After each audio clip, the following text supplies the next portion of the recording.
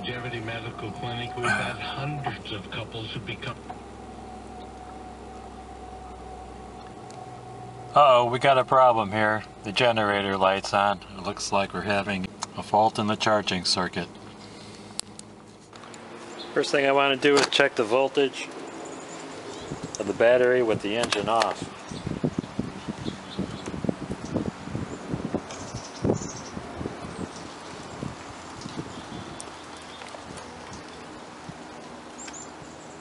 I got 12.23. Now I'm going to start the motor. Okay, motor running. I should have about 13 or 14 volts and I only have 11.65, which means the battery's not getting a charge from the alternator. Checking all the fuses, make sure that there's no fuses blown.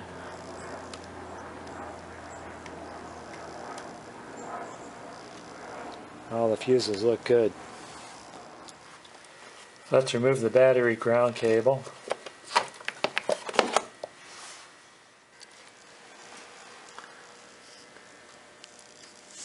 Put a 3/8 drive breaker bar on the serpentine belt tensioner and then twist it clockwise to remove the tension so you can get the belt off. Got the car jacked up and rested on jack stands, and I've got the right front wheel removed. The service manual calls for taking the alternator out through the bottom, which involves removing the exhaust pipe and the right side drive axle. I'm going to try taking it out through the wheel well. I've seen it done before. It's kind of like a C-section. And start by removing these fasteners that hold the splash shields in. There's 10mm fasteners around for the splash shield. I'm going to start removing those. And also I noticed right here there's a Phillips screw right there.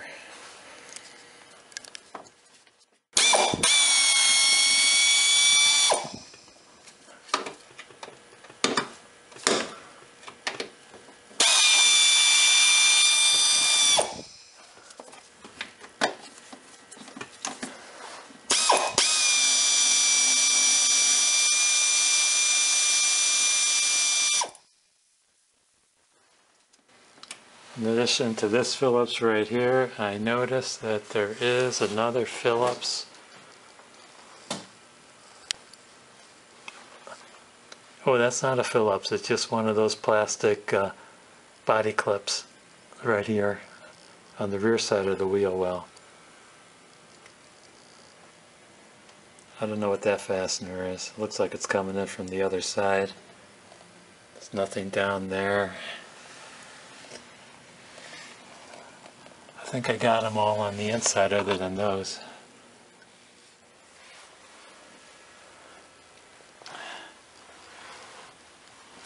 Here's what we're facing over here. We've got two bolts on the face of the alternator. There's one over there. And there's another one. I can lose the light. Up there.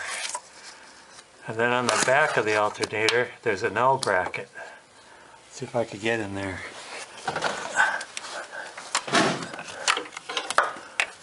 See right there is the bracket. Connects the back of the alternator. Those three fasteners have to be removed. And I'm not going to have room for me and the camera to get in there. These fasteners are 13mm fasteners. Can't get them with an open end wrench, there's not enough room. I'm going to have to use a long extension with a socket. I'm having the worst time getting at those two alternator bolts. I'm able to get the bracket bolt in the back, but I'm going to have to do something. I think I'm going to just drop the exhaust pipe and see if I could get to those two bolts with the exhaust pipe out of the way. I tried taking the axle out, and this axle nut, whoever did this last job, this axle nut here is really hard to get out. I used a cheater bar and it's a 12-point bar, not a 6. I mean, it's a 12-point socket, not a 6-point socket. I see it's starting to damage the threads here, but if I have to take that axle out, I'm going to have to get another socket to work on that. I'm afraid of rounding off that axle nut. There's a pair of 15mm nuts coming off the exhaust manifold in front of the engine. Gonna take those off. Got the exhaust pipe drop. I got 3 pair of bolts removed to drop the exhaust, and also there's this there's one bolt there that's a support for the exhaust. There are those, and those are 15mm. That should give me better access to the alternator. Well, I've got that bloody top bolt loose. Can you see the alternator? Get another light. There we go. There's the top of the alternator. And you can't see it. You gotta feel it with your hands. It's just around the top of that.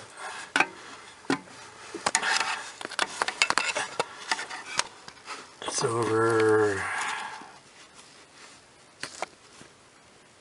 Here, can you see my finger? It's right about there. So I got a log extension. Got that thing on it. That got loose. And then the next one is right around there. Got my finger on that one. And then this one's easy to do. This back one right there. What a mess. Okay, so this was my setup for getting that top bolt. This was a setup to get the bottom bolt out. That is a 1-inch extension right there. Universal 13mm socket. This is what I used to get the bracket bolt out from behind the alternator. I disconnected the tie rod end so I could get the alternator out through here, and that's a 15mm bolt. Gonna take a pry bar for some gentle persuasion to get her to come to the party with you.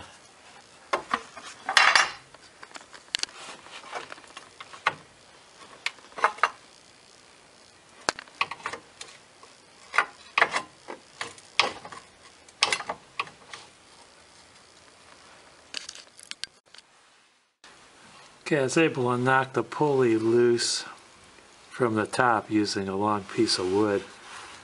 I was able to knock it out of its mount. We can finesse it through here.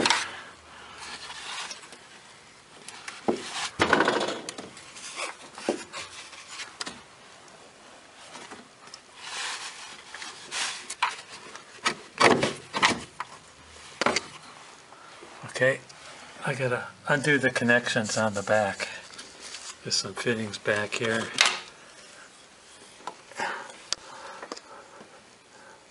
Yep, there we go. There's 2 wires.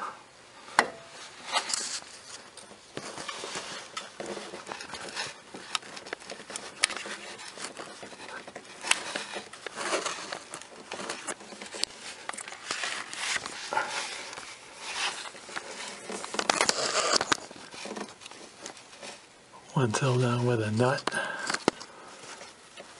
And this one, I think you just push down on the clip.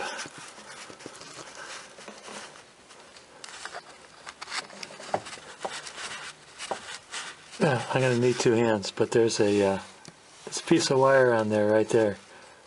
You should be able to push down on that wire. I don't know if you can see that. Push down on that wire. That wire right there, and it should pull out. Okay, that was a 10mm nut right there. You gotta wonder why they make one attachment easy with a plug, then this one needs a nut. But there's a third connection right here. There's a wire going on there, and it looks like it's taped on I'm guessing it was taped down because the jack broke. Well, that jack wasn't taped over, it was glued in with RTV. Took a lot of cutting to get all that RTV out of there. But it looks like, if you look at the jack, there's that connection. What happened was the little clip from here broke off, which would have held it onto the alternator. So I probably ought to clean that out really good with some electric cleaner, or if I could get a new clip, I'm going to see if I could get a new one. Hello, Ford? Are you listening? That's the bottom mount bolt for the alternator. Why can't you have threaded the alternator so the bolt comes out through the wheel well? I wonder if it's possible to do it for the top one too. I don't know, maybe the alternator pulley would be in the way, but it might be possible to get the top one out through the wheel well as well. Something to think about. Okay, I just got in the replacement alternator. It's a brand new alternator from Napa, part number 1N3105H. The reason why I bought a new alternator is I've had bad luck with remanufactured alternators. They rarely last me a year. So there's no core deposits, so I get to keep my old alternator, because when you get a new alternator, they don't want the old one back. So anytime you get an alternator replacement, make sure everything matches up.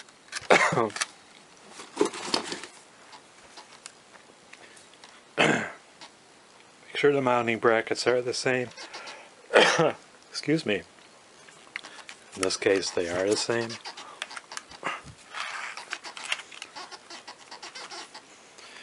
Make sure the electrical connectors match.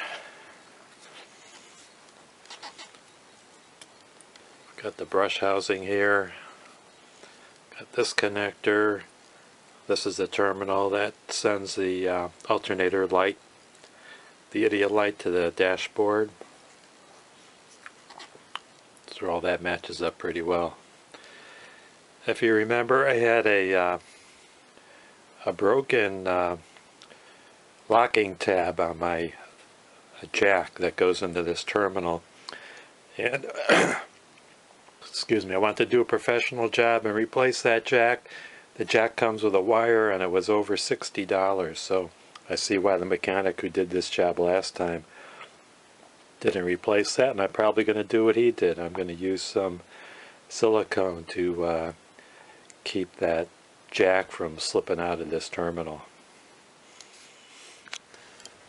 In the alternator mounting bracket, there's a bushing here that's sticking out, which made it really hard to get the alternator out. It was a really tight fit. So I'm going to try to either push these in with a channel locks, or I'm going to hit it with a drift punch. Let's see if I could get my channel locks in here. Give it the squeeze.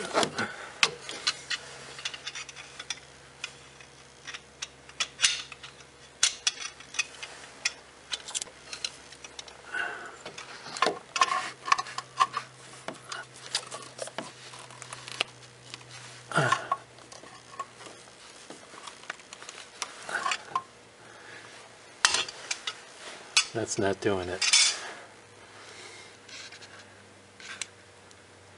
There's also another bushing in the upper mount, which is out of view up there.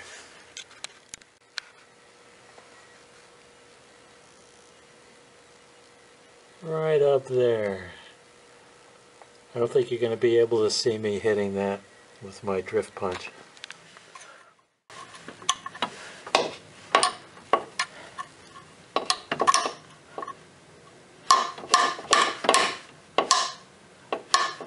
Yeah, there it goes. Now to do the top one, you guys won't be able to see this. I'll do it off camera.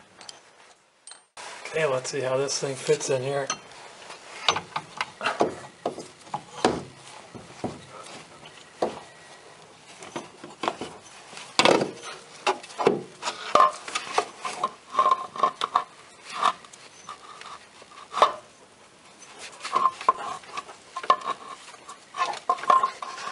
Oh yeah, nice and loose.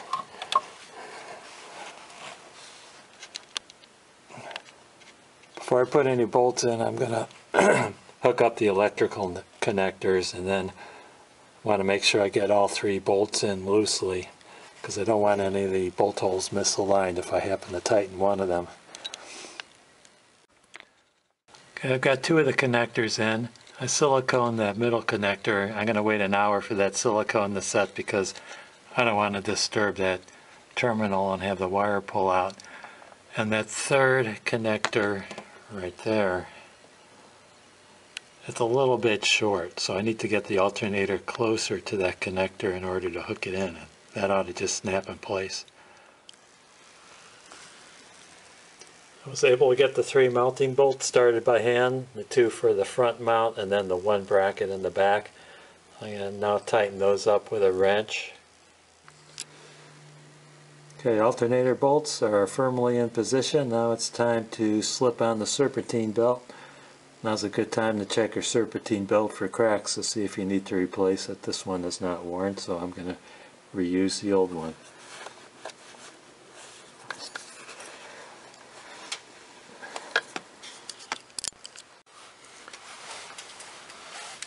Torque the tie rod in to 22 foot-pounds.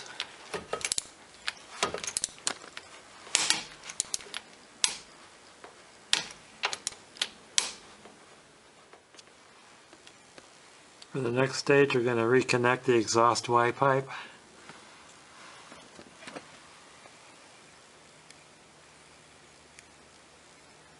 Make sure you use anti-seize on all the studs. It's time to install the wheel well liner, and I have a confession to make.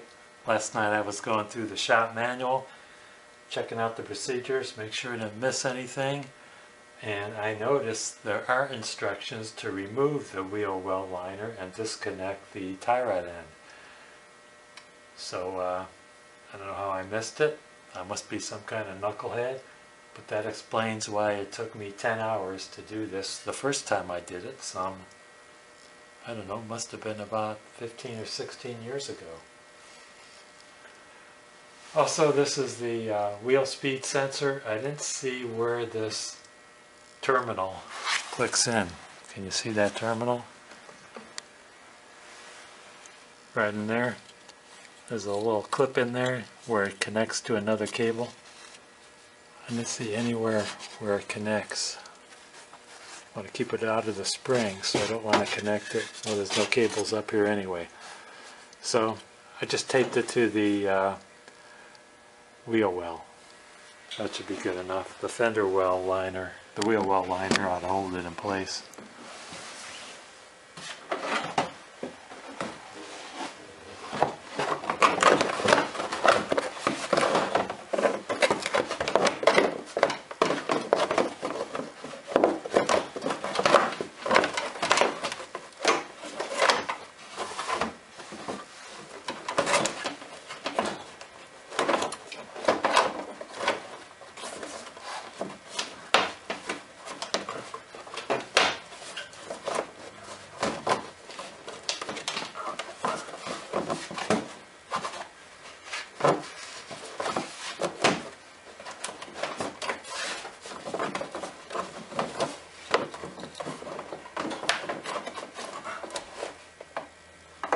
Okay, this part goes inside, this part goes inside, this part goes inside.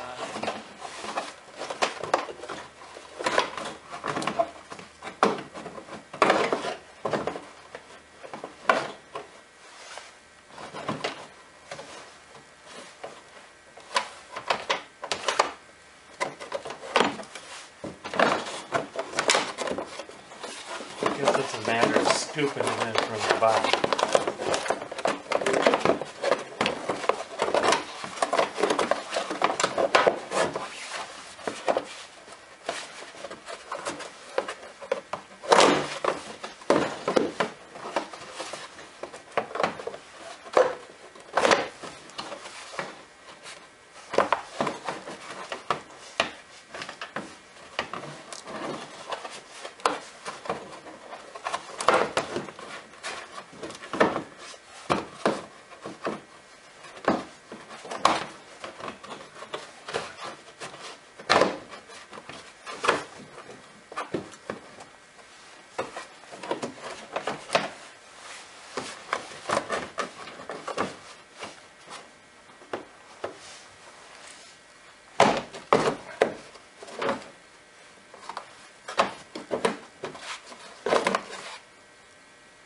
I'm almost there.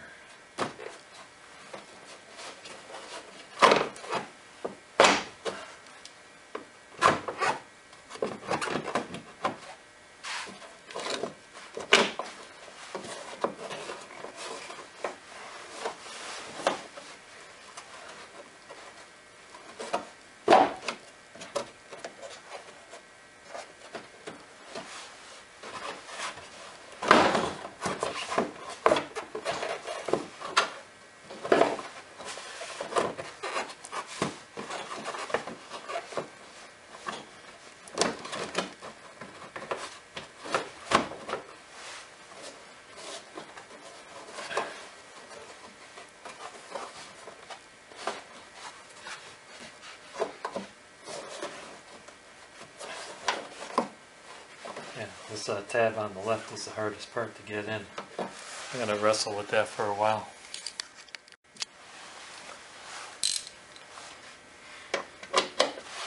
I'm sure whoever designed this thing got the employee of the month award. I'm very happy for him or her. I just go around tightening the attachments. And these little funky plastic things. Probably should get some new ones.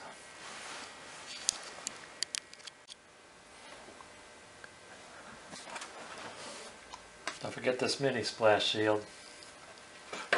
There's two 8mm fasteners holding that on. And as far as these goofy little clips, I'm buying new ones. I'm getting them on Amazon. They have next day delivery. You could get about 200 of those for about $13. And if you go to the auto parts store, it probably costs you $13 to get 10 of them.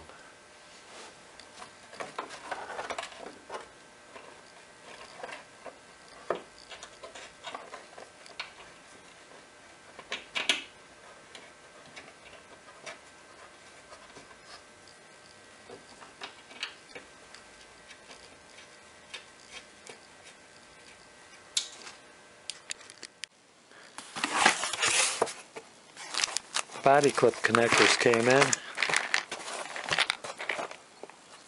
Oh, again, also comes with a removal tool. Probably good for taking out dandelions as well. There's 12 different styles of fasteners, and there's 20 of each for a total of 240 pieces. The fender well liner is going to need 3 fasteners, and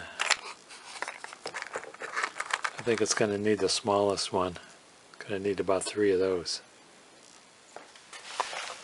Next step is to torque the lug nuts down to 85 foot-pounds.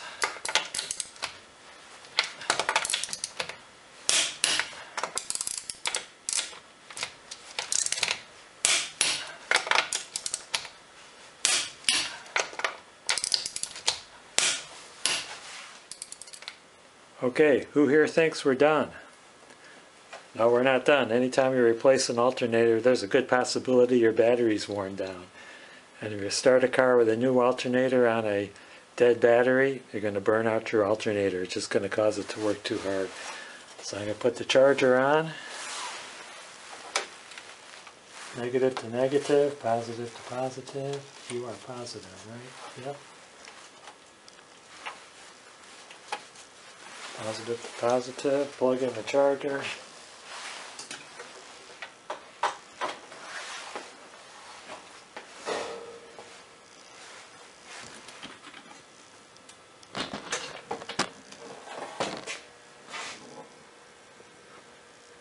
This light turns green right there. It'll be charged, and then I could start the car.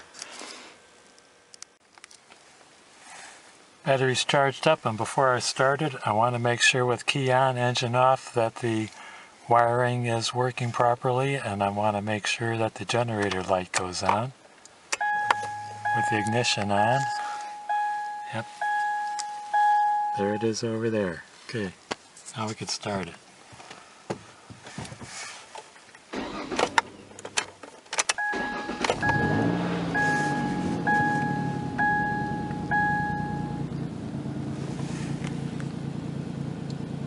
And the generator light is not on. That's a good sign. Let's Make sure it's charging at least 14 volts.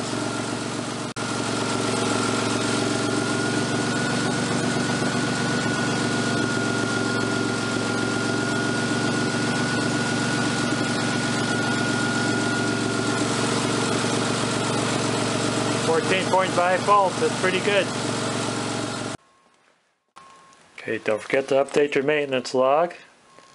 I want to thank you for watching. Don't forget to hit like, subscribe, and ring that bell for further videos. Bye now.